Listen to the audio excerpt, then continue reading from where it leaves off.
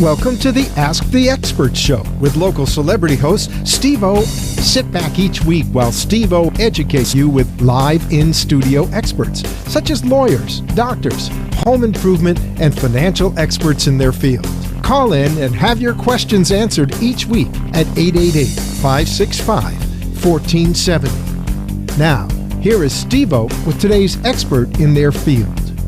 Hey, good afternoon, and welcome to another Ask the Experts show where we bring you South Florida's finest lawyers, doctors, home improvement companies. Today, we have our criminal attorney, and we're going to spend the next 30 minutes, believe it or not, talking about DUI. We've just been sitting here. I'm sitting here with Antonio Valente. He's an attorney. Now, he's out of Dade County, but he practices in Palm Beach County and Broward. And we've just been sitting here talking for the last 10 minutes. I was shocked the things that I found out, and we're going to share all those with you today. If you have a criminal law question, especially DUI, you can give us a call at 888-565-1470. That's 888-565-1470. Welcome, Antonio. How you doing, Steve? Well, this is your second show. It's going to be so much better. Feel like a veteran. It's a little scary, that first show, because you don't know what to expect. But listen, we just got through talking about a few things that we're going to get to. But first, tell everybody about your criminal law practice. Okay, so my firm is it's Valiente Law. We are primarily based out of, we have an office in downtown Miami, however, also practice out of Broward and Palm Beach. We have offices in both Broward and Palm Beach near the criminal courthouses in both. I'd say the vast majority of our practice is criminal. We do have an associate that specializes in family law issues. However, primarily we're criminal defense. Bro, I'm sitting here looking at you, and you look like Charlie Sheen. Has anyone ever told you that? I haven't gotten Charlie Sheen. I've gotten some other ones. I don't know. All you women out there, if you actually, you can be watching us right now by going to www.wwnradio.com, or you can go to your website, and I think the show is up there. Give everybody your website. It's valientelaw.com, VALIENTELAW.com. We have a first phone call. Okay, so I'm going to say Charlie Sheen. No, I've got maybe Tom Cruise, but like taller. Charlie, I'm telling you. I don't know if I like Charlie Sheen. Not that I like him. I do like Charlie Sheen. A little just crazy. Hey, let's go to our first caller. Is it Terren? Caller? No? I guess we lost him. Hey, call back. It's 888-565-1470 if you've got a DUI question. Or criminal law related. Antonio's also a criminal law, so we can do drug possession, anything having to do with criminal law, but we're going to try to talk a lot today about DUI. So you're telling us about your firm. So you do practice in Dade County. Yeah, Dade, Broward, and Palm Beach County. Just not that we would ever advise anybody to commit a crime. However, if you do, avoid Broward. I was in court in Broward for a while today, and it was just reminding me that Broward they don't mess around in Broward. Really? Yeah. I mean, I heard the Broward jail is really a tough jail, too. Well, it's actually a whole lot nicer than the Dade County jail, but I guess that's all relative, right? Yeah, talking jail about is jails. Pretty bad no matter. But, prosecutors are pretty tough there. Just DUI specifically, Dade County has a diversion program. Palm Beach has a diversion program. Tell me what a diversion program is. Broward does not. So a diversion program, if it's your first time picking up a DUI and there hasn't been an injury, it's not like a DUI manslaughter or anything like that, and there wasn't a child in the car, and you didn't blow like 3 times the legal limit, you'll be eligible for in either Palm Beach or Dade County. It's essentially a program that you go into. It's not like a halfway house, like you live there or anything like that. You just go sign up, and you'll have like a case manager, check in with them maybe once a month or so, and you'll have to do pretty much the same. Is it kind of like probation? Well, probation is after you've taken a guilty plea the big difference with diversion is you don't plead guilty.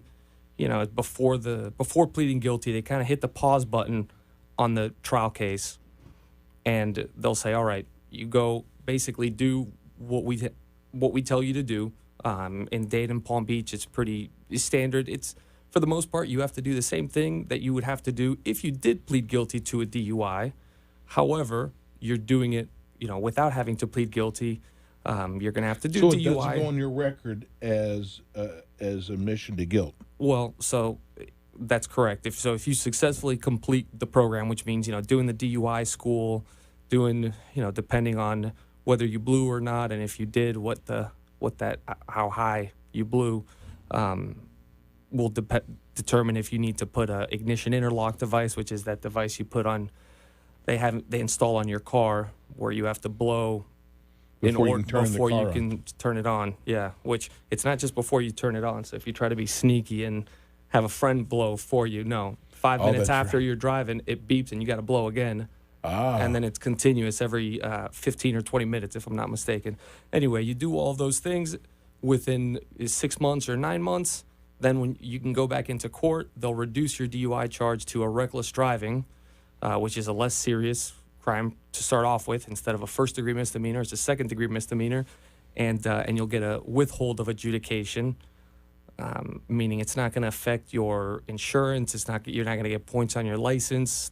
A DUI is a mandatory adjudication, so if you do plead guilty, you are convicted of it, as opposed to a reckless driving. Do you go to prison the first time? No. Okay. No, on a regular DUI, you won't. I mean, it's a first-degree misdemeanor, punishable by a maximum of 364 days in the county jail. If we're talking DUI manslaughter, serious, you know, or if it's your third or subsequent DUI within a certain number of years, then it'll be a felony. You know, there certainly are plenty of people in Florida prisons because of DUIs, but not their first. God, we're hearing so much, and I want to get back, but you hear so much about illegal immigrants who were pulled over or were in an accident. DUI. That's a whole different story, isn't it? How So? so? In other words, if they're an illegal immigrant and they get pulled over for a DUI, or if they have a wreck, what happens to them? So the police shouldn't ask on the scene. They're not going to ask whether or not you're, Okay. you know, what your immigration status is. I guess the kind of asterisk next to that statement is that it's right now with what's going on with the new president that we have, right? all of his new policies, and he's obviously very strict on when it comes to immigration. A lot of things might change, and I mean, as it is, immigration law changes really, like, it can change day to day. Wow. So it's I would definitely say that's one thing to kind of keep in mind, that Okay. what I say one of today the might things be we're going to might not be talk applicable. about now, because we actually had, from our last show, we had 2 or 3 people email us with the same question. You're pulled over. You're asked to take a breathalyzer. Mm-hmm. Do you take the breathalyzer test or not? So when you Let's go to this caller. we I got a don't wanna caller. lose him Let's go to again. the caller. Let's go to Teren. I hope I pronounced it right. Teren? Yes, how are you? Good. Do you have a question for our attorney, Antonio Valente? Hi, good afternoon. Good afternoon. I got a third DUI. I was in a parking lot. I fell asleep. I was not driving. And my vehicle has a push-button ignition. So I must have hit it with my wrist or something. But I was not driving. I fell asleep. I did not choose to blow in the when I was asked. And within the 10 years, this would be my third one. Okay. So my question is, I'm going to court here in the next couple weeks, and I'm trying to kind of see what to look forward to. So they charged it as just a regular DUI misdemeanor? They did a regular DUI misdemeanor, correct? Okay. So one of the things that interesting about this about what this situation he just mentioned, which a lot of people, it's one of the questions we get a lot too, is people want to be responsible, and let's say they leave a bar, they leave a club, whatever, and they don't want to drive. They drove there, they don't want to drive home, but they think they're doing it. Most people would probably agree they're doing the responsible thing. Let me get in like the back seat of my car or something like that, and just fall asleep. And when I wake up, I'll be okay, and then I'll drive home. Correct. Unfortunately, well, as you know, that if you're even that situation, you can be charged with DUI. Even if you're in the passenger seat, if you're in the back seat, driving. You're not driving. I mean, I think Turin, you said that your vehicle has a push button ignition, and you must have turned it on. Even if you hadn't turned it on, if the vehicle was off, he can still be he could still legally be charged with a DUI because he is in actual physical control of a motor vehicle while his normal faculties are impaired. And so when they, wake you up and have you do the field sobriety exercises, have you blow or not blow, and I'm sorry, Trey, did you say you did not blow, correct? Correct. And then did you have the, were you charged with refusal to submit as well? Yes, I was. Okay, so that's another thing, which if you don't blow, one consequence is that most likely you're going to be charged with a separate crime, which is refusing to submit to a... Did you get charged with a second crime? Yeah, he did. Okay. Yeah, Are you going in? Do you have an attorney? I do. Okay. Because this is pretty serious now. Right. If it's his third one. Third within 10, so I mean it's not, third within 5 would be a little bit more, would be more serious. So it's, just knowing now that, that he does have an attorney, I kind of want to... Yeah, be careful what you say. Be careful what I say and defer to sort of, what he's telling you to expect. I don't want to say something, get your hopes up, or the opposite, get your hopes down. And it could be that, you actually have a great defense, which is one of the reasons that I think everyone charged with DUI, whether it's their first one, whether they're going to just be accepted into a diversion program, should at the very least, consult with an attorney, even if you don't end up hiring them, because every case is different. Every county is different. Are you in, what county did this happen in? This happened in Deerfield Beach, Broward County. Broward, okay. Yeah, so, well, I mean, you wouldn't be eligible for a diversion program anyway, but Broward doesn't have one.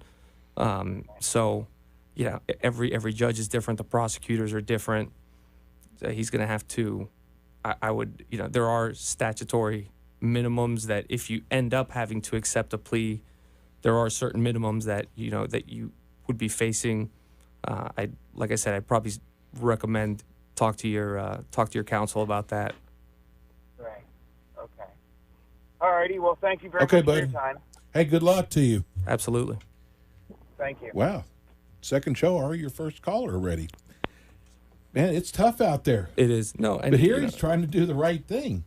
It is. It's one of those. It's like I said. It's one of those things that we get asked a lot. I have a client right now, actually, who I was in court with yesterday in Dade County. It was his first DUI, but it was that situation. He pulled over on the side of the road, got into the back seat, turned the car off, and still had the keys there. I mean, if you're gonna do something like that, I mean, even though it's probably unsafe and not the best idea, it's like, get out of the car, leave the keys outside of the car, give someone else the keys to the car. Like, if you can't physically turn if there's no way you being inside the car could turn it on, then you can't be in actual physical control of that, right, of that vehicle. So if you he have would have been okay if he hadn't turned the car on, whether it was on purpose or accidentally. No, not necessarily. If he had the keys on him, meaning he could just reach over and turn the car on. Okay. He could still be charged.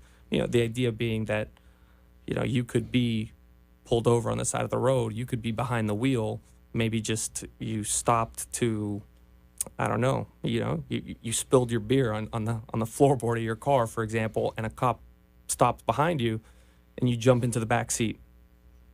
Right? I mean, they're going to say, well, you can't use that as a defense, right, so to speak. Like, hey, well, I wasn't in the driver's seat. I couldn't have driven the vehicle. It's like, no, you could have just So basically, jumped back if you're there. at a bar, he never said if he was at a bar or not, but if he had been drinking, he would have been much better just calling a cab. I think these days, and if you do the just from a straight mathematical standpoint, and I'm not a math is not my strong suit. Okay. But with Uber nowadays, I mean, it really doesn't make sense to go right. out and not, if you're going to drink and not take an Uber. I mean, the cheapest attorney Right. is still going to, I mean, you could probably go out. I mean, let's say your Uber ride costs you $20 each way to and from whatever bar you're going to, which Right. is, I don't think I've ever taken a $20 Uber ride. Typically, it's significantly cheaper. Maybe in New York City. That's the only place that they've been over $20. I just took one in Dallas, and it was pretty good ways. It was $36. Okay. Well, sir, there you go. You just So, you're right. debunked my little 20 theory there. yeah. But so, just using $20 round trip, $40. A lot cheaper. I mean, you have to go out something like, 50, 60 times until you've paid for Attorney. a cheap attorney. And that's just the attorney. That's not to mention the time off work. You could lose your job because your license might be suspended and you can't get to work. You're going to pay court costs. You're going to pay fees. If you have to put an ignition interlock in your vehicle, there's a maintenance that you have to pay every month in addition to the $200 some odd they charge to install the ignition interlock. It's just Cheaper to take Uber or Lyft, either way. or Lyft. Let's Yeah. go to break, running a little late, and we're here with Antonio Valente. His phone number, 786-361-6887, or go to his website at www.valentelaw.com. When we come back, we're going to talk about what we were talking about before, things that I never knew about checkpoints. Gotcha. And We'll do you mind if I just add in there also, we have the number for the Broward and Palm Beach office. Yes, go ahead. 954-634-2764. Okay, great. So we'll be right back with more Attorney Antonio Valente. Attorney Antonio Valiente has been chosen as the expert in criminal law by the Ask the Experts radio show. He has extensive experience successfully trying cases ranging from traffic misdemeanors to first-degree murder. Attorney Valiente has successfully argued motions to suppress, stand your ground, motions for new trials, and for judgment of acquittal, and defended clients in pretrial detention and probation violation hearings. Making sure you are represented by the most experienced and competent attorney in your criminal case you may have is essential. Attorney Antonio Valiente emphasizes to all his clients that while he is their attorney, he will guide them through the entire legal process and work together as a team. It is very important that your attorney is available to you to answer any questions you have. Attorney Antonio Valiente handles DUI cases, drug crimes, theft crimes, sex crimes, juvenile crimes, violent crimes, and gun weapons-related crimes. If you get arrested, you need Attorney Valiente on your side. You can contact him at 786-361-6887. That's 786-361-6887. Or go to Attorney Antonio Valiente at valientelaw.com. Attorney Valiente practices in Palm Beach County, Broward County, and Dade County.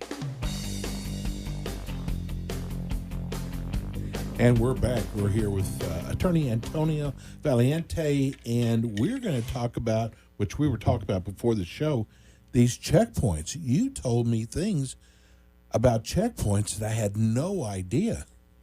So tell everybody. Yeah, checkpoints. So there's a They lot have of to advertise it. yeah. I didn't know that. So right before before any police department, or a lot of times they do these multi-departmental checkpoints where they'll get several different agencies.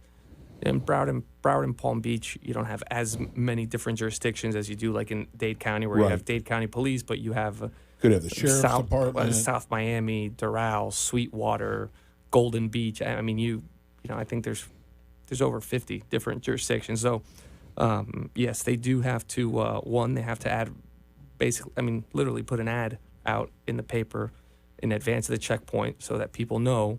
Now, I was if you want shocked when I heard that. to find out whether there's a checkpoint, and easier than looking at the paper is there's apps that you can download on your iPhone or Android. It tells you where the checkpoints are. Exactly, and tells you when they're coming up, where they're going to be. Like you said, radio stations you've heard, and you were Yes. wondering, like, It's wow, how do they know? How do they know that? Why would they get that information? It's like they have an in at the police department. No, they actually have to put out that information ahead of time. Don't ask me exactly why that is, it but the that's same that's day or statutory. a couple days before? It's gonna be at least a week before. a But week before. Okay.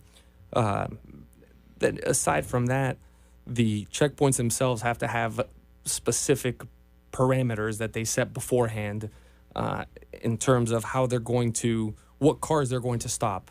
It can't just be like an officer that's going to stand on the side of the road and, point at a car like, you stop, and let a couple cars go. You, sir, you stop. So how do they make that determination? So they have, it sounds kind of like an oxymoron, but it's kind of planned randomness, so to speak, where, for example, they have the shoot method they call it, one of them, where you'll have a two-lane road or highway, both going in one direction. They'll put cones out in the middle, and let's say it's a 5-car shoot.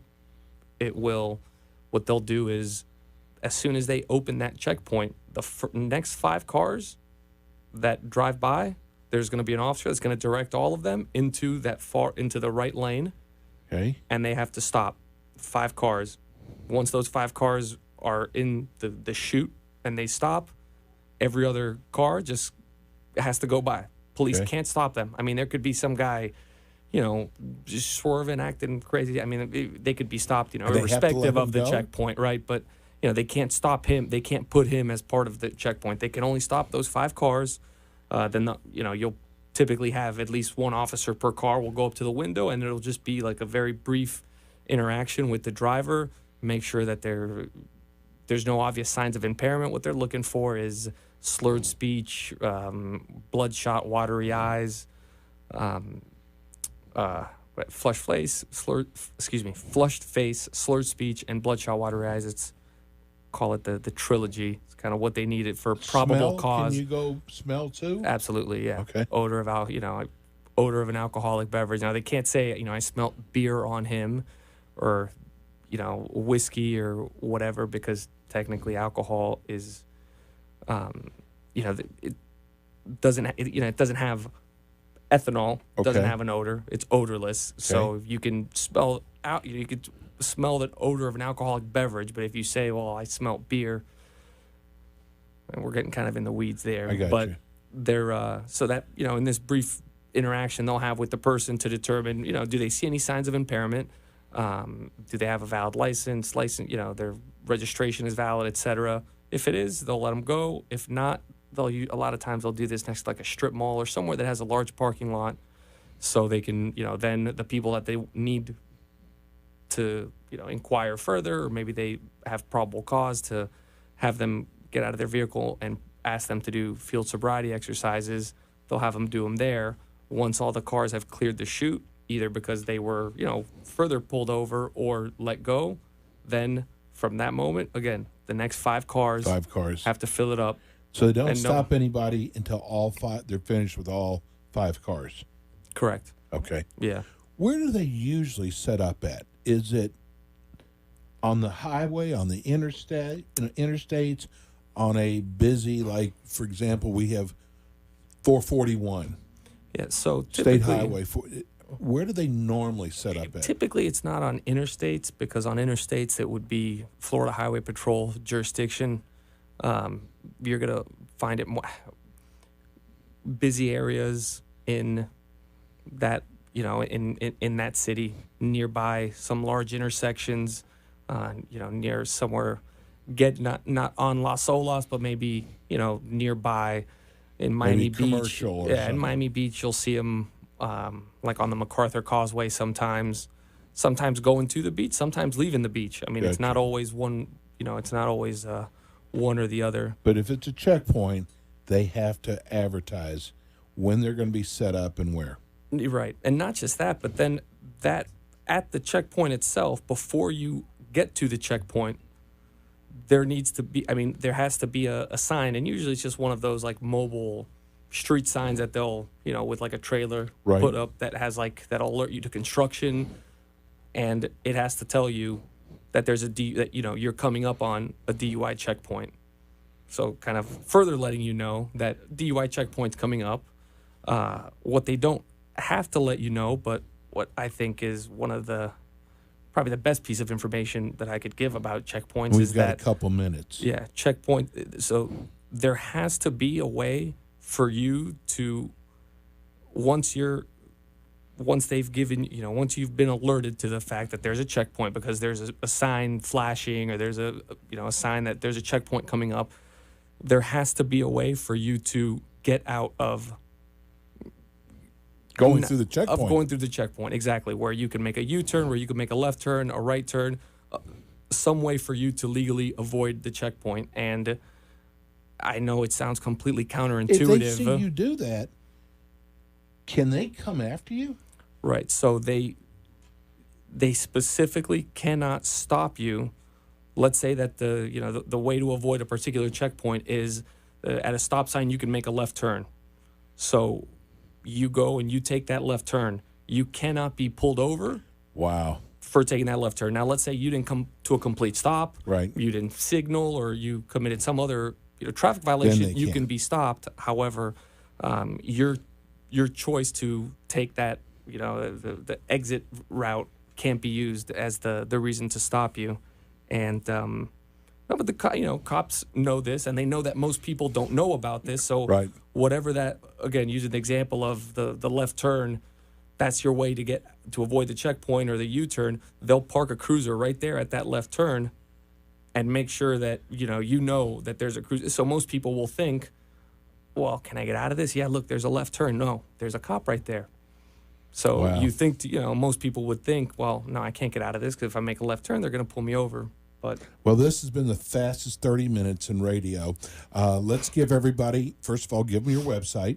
it's www.valientelaw.com, VALIENTELAW.com. And you've got two phone numbers. You've got one for Dade and one for Broward and Palm Beach. What are they? That's correct. We have our Miami office is 786-361-6887, and our Fort Lauderdale and Palm Beach office numbers 954-634-2764. And Antonio's going to be back with us again next month. Thanks for coming in. I love having you live in studio, and we still haven't gotten near all the questions that we had. We'll see you next month, and we'll be telling you when Antonio's will be on. We're going to go to break right now, and when we come back, we've got our anti-aging show. We'll be right back. Thanks, Steve.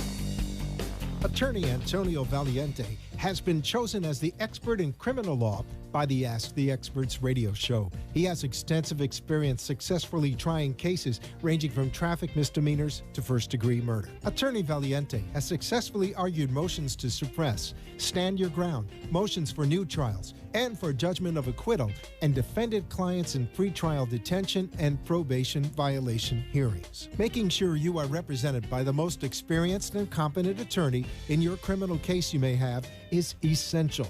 Attorney Antonio Valiente emphasizes to all his clients that while he is their attorney, he will guide them through the entire legal process and work together as a team. It is very important that your attorney is available to you to answer any questions you have. Attorney Antonio Valiente handles DUI cases, drug crimes, theft crimes, sex crimes, juvenile crimes, violent crimes, and gun weapons-related crimes. If you get arrested, you need Attorney Valiente on your side. You can contact him at 786-361-6887. That's 786-361-6887.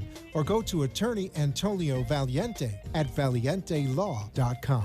Attorney Valiente practices in Palm Beach County, Broward County, and Dade County. The Anti-Aging Wellness Clinic is the leading international medical group with treatment centers in key medical tourist destinations. Currently, they have 2 treatment centers in Costa Rica, one in Tijuana, Mexico, and a 4th under construction in Panama. Their treatment centers are staffed by the most experienced anti-aging team in the Latin America region. The physicians are board certified by the American Academy of Anti-Aging Medicine. The centers concentrate in many different anti-aging therapies: bioidentical hormone replacement, BHRT, facial and skin rejuvenation, medical weight loss, as well as vitamins and supplements. Human growth hormone replacement for AGHD is one of our leading treatments. The Anti-Aging and Wellness Clinic's mission is to safely and effectively get their patients on the fast track to optimal wellness. By doing so, ultimately helping them to avoid unnecessary common age-related chronic diseases plaguing the United States. The health of Americans, and the U.S. healthcare system specifically, is spiraling out of control. Costs are growing and in many cases not affordable for elective procedures. With an overweight, obesity epidemic approaching 70%, chronic diseases are growing more rapidly